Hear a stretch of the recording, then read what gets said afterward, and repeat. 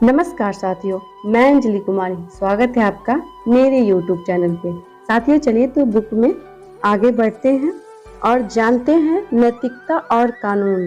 नैतिकता और कानून। किस व्यक्ति को यह सोचकर दुखी नहीं होना चाहिए कि उसने अच्छा काम किया लेकिन औरों ने बुरा काम किया।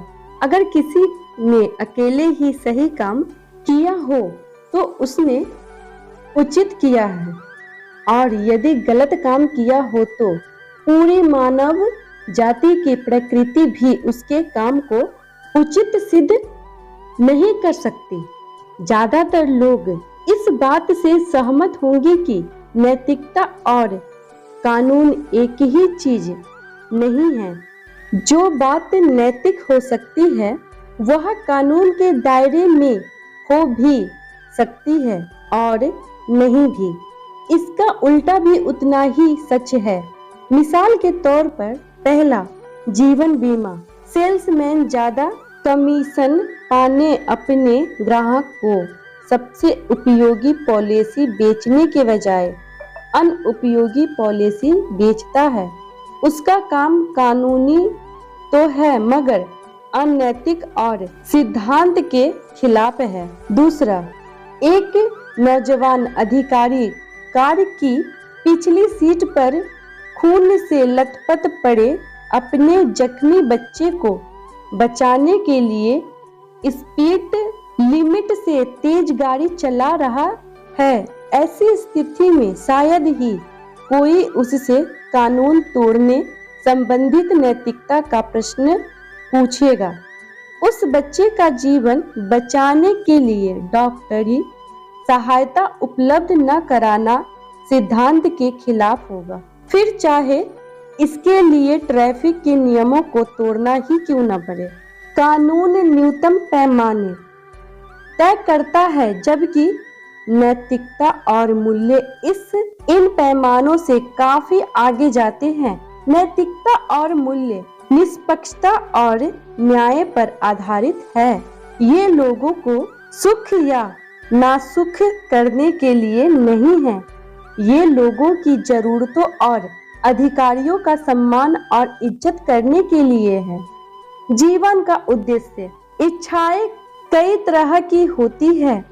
सफल होने की इच्छा, अपनी खुशी की कीमत पर भी अपना कर्तव्य निभाने का इच्छा, मकसद पाने की इच्छा, जीवन को अर्थ देने वाली किसी चीज के लिए मर मिटने का इच्छा, अपनी आत्मा को बेचकर सारी दुनिया हासिल कर भी ले तो उसका क्या फायदा है।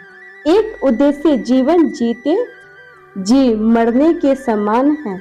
आपका उद्देश्य क्या है? क्या आपके पास कोई उद्देश्य है भी? उद्देश्य लगन पैदा करता है। एक उद्देश्य पाइए या बनाइए और फिर उसे लगातार लगन एवं दृढ़ता से पूरा कीजिए। हर रोज खुद से यह सवाल पूछना चाहिए, क्या मैं जीवन में अपना उद्देश्य के लिए करीब पहुंच रहा हूं? क्या मैं दुनिया को रहने लायक एक बेहतर जगह बना रहा हूं? अगर जवाब न है तो मैंने आज अपने जीवन एक दिन बर्बाद कर दिया। जिंदगी हमें उसी हिसाब से देती है जिस हिसाब से हम उसे देते हैं। हम जीवन में अपने उद्देश्य जितनी जल्दी ढूंढ ले उतना ही अच्छा है। ऐसा लगता है जीवन में उद्देश्य खोजने की अनंत तलाश ही सबसे बड़ी चुनौती है। यह सिर्फ व्यक्ति के साथ ही नहीं बल्कि हमारे परिवारों, संगठनों और देश के साथ भी होता है। एक बार हमारा उद्देश्य और नैतिक मूल्य साफ हो जाए तो संतुलन आ जाता है। हम जागरूक हो जाते हैं कि हमें कब दृढ़ता से बड़े होना है। तब हम फौरन फायदा हासिल करने के लिए गलत फैसले करने के बजाय दूर के फायदे की सोचकर सही फैसले करने लगते हैं। समझदारी और परिपक्वता से बड़े मुद्दों के बारे में बेहतर समझ पैदा होता है। पढ़ो ऐसे कि जैसे तुम्हें सदा जीना है, जियो ऐसे कि जैसे तुम्हें कल ही दुनिया से चले जाना है। दूसरों की मदद किए बिना हम अपनी मदद नहीं कर सकते। दूसरों को फायदा पहुंचाए बिना हम खुद को फायदा नहीं पहुंचा सकते। दूसरों को खुशहाली दिए बगैर हम खुद खुशहाल नहीं हो सकते। जेनेट कॉल ने एक बार कहा, मुझे ऐसा व्यक्ति दिखाओ जो साधारण स्तर से संतुष्ट हो, तो मैं तुम्हें ऐसा व्यक्ति दिखाऊंगी जिसकी किस्मत में असफल होना लिखा है। जिंदगी तमाशबीनों का खेल नहीं है। हम चुपचाप बैठकर कुछ होते हुए नहीं देख सकते। जिंदगी को सार्थक बनाने के लिए एक उद्देश्य को खोजना और उसे पाने के लिए कोशिश करना जरूरी है। उद्देश्य के साथ जीना। साथियों, अगर ये ऑडियो आपको पसंद आ रहा हो तो लाइक और सब्सक्राइब करना ना भूलें। हम सभी इस धरती पर एक उद्देश्य के साथ भेजे गए हैं। हम इस विशाल तस्वीर का एक हिस्सा है, लेकिन बहुत कम लोग ही जीवन में अपने उद्देश्य को खोज या पहचान पाते हैं। हम में से ज्यादातर लोग सिर्फ जीते हैं और अपने समय सार्थक बनाने के बजाय अपने दिन गिनते रहते हैं। डॉक्टर अल्बर्ट आइंस्टाइन से एक बार पूछा गया, हम यहाँ क्यों आए हैं? तो उन्होंने जवाब दिया, अगर दुनिया एक एक्सीडेंट की देन है तो हम भी एक्सीडेंट की देन हैं। अगर इस दुनिया को होने का कोई मकसद है तो हमारे होने का भी कोई मकसद है। और वे आगे बोले, मैं भौतिक विज्ञान को जितना ही पढ़ता हूँ उतना ही आध्यात्मिक ज्ञान की तरफ खींचता जाता हूँ। मैं उस काम में असफल होना पसंद करूँगा जो आखिर में सफल होगा, बजाय उस काम में सफल होने के जो आखिर में असफल होगा। हम अपने जीवन मूल्य कहाँ से सीखते हैं? मैंने हाल ही में एक ऐसे शिक्षक के बारे में पढ़ा जो टीनेक न्यू जर्सी अमेरिका में हाई स्कूल स्तर के छात्रों को जीवन मूल्यों के बारे में पढ़ा रहे थे। क्लास की एक लड़की को $1000 से भरा पर्स पड़ा मिला और लड़की ने वह उसके मालिक को दे दिया। शिक्षक ने छात्रों की राय जाननी चाहिए। क्लास के हर छात्र ने उस लड़की को बेवकूफ बनाया। ज्यादातर छात्रों का यह मानना था कि अगर कोई अपने सम्मान के प्रति लापरवाह है तो उसे इस बात की सजा मिलनी चाहिए। जब शिक्षक से पूछा गया कि उसने बच्चों से क्या कहा, तो उसने जवाब दिया, मैंने कुछ भी नहीं कहा। अगर मैं उन्हें यह बताऊं कि क्या सही है और क्या गलत है तो मैं उसका काउंसलर नहीं माना जाऊंगा। मैं अपने विचार उस पर नहीं लाद सकता।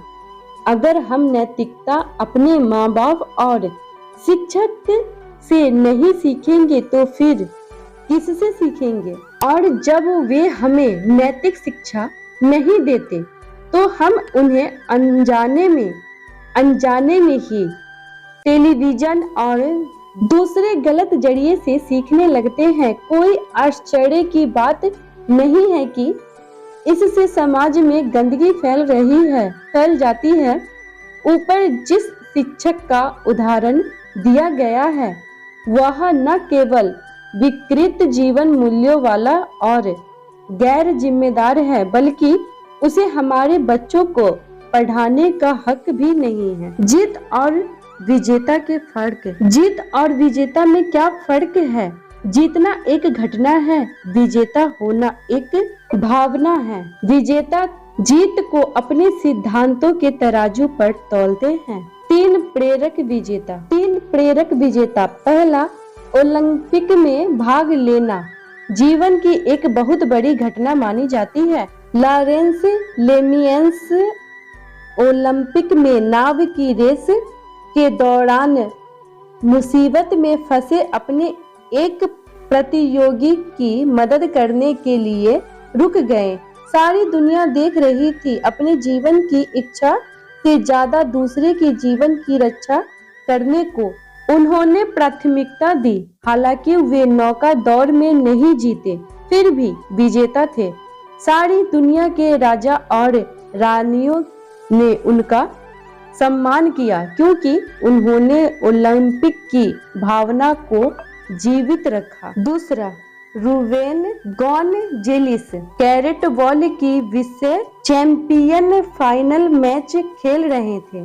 फाइनल खेल में मैच पॉइंट पर गॉनजेलिस ने एक बहुत अच्छा शॉट खेला। रेफरी और लाइन्समैन दोनों ने उसके शॉट को सही बताया और उन्हें विजेता घोषित कर दिया, मगर गॉनजेलिस ने थोड़ा रुकने और हिचकिचाने के बाद पीछे मुड़कर अपने प्रतिद्वंदी से हाथ मिलाते हुए कहा, शॉट गलत था। नतीजा यह हुआ कि वे सर्विस हार गए और मैच भी। हर कोई हैरान रह गया।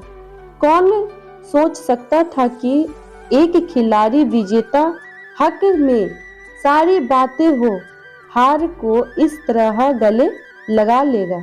जब पूछा गया कि उन्होंने ऐसा क्यों किया, तो गॉनजेलिस ने जवाब दिया, अपने जमीर को बनाए रखने के लिए मेरे पास यही एक रास्ता था। वह मैच हार गए लेकिन फिर भी वह एक विजेता थे।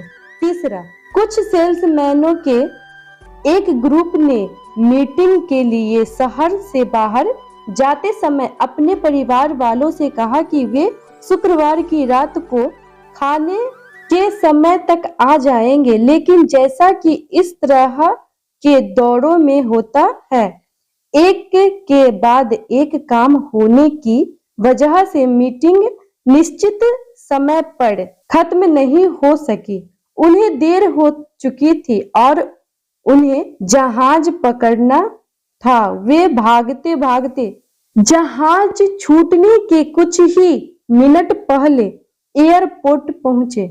टिकट उनके हाथों में थे और वे आशा कर रहे थे कि जहाज शायद अभी न उड़ा हो। इसी भाग दौड़ में उनमें उस मेज से टकरा गया जिस पर फलों का एक कटोरा रखा था। सारे फल इधर उधर बिखर गए और खराब हो गए, लेकिन उनके पास रुकने का समय नहीं था। वे दौड़ते रहे और जहाज के अंदर पहुंचकर उन्होंने चैन की सांस ली। फिर एक को छोड़कर उसने अपने साथियों से विदा ली और लौट आया। उसने जो कुछ देखा उसे एहसास हुआ कि उसने बाहर आकर ठीक ही किया है। वह उस गिरी हुई मेज के पास गया और अपने उस मेज के पीछे एक 10 साल की अंधी बच्ची को देखा जो रोजी रोटी के लिए फल बेचती थी। उसने कहा, मुझे उम्मीद है कि हमने तुम्हारा दिन खराब नहीं किया है। उसने $10 जेब से निकालकर उस लड़की को दे दिया और कहा, यह तुम्हारा नुकसान पूरा कर देगा। इसके बाद वह चला गया। लड़की यह सब तो देख ना सकी, लेकिन दूर जाते कदमों की धीमी पड़ती आवाज को सुनकर उसने जोर से आवाज लगाई, क्या आप भगवान हैं?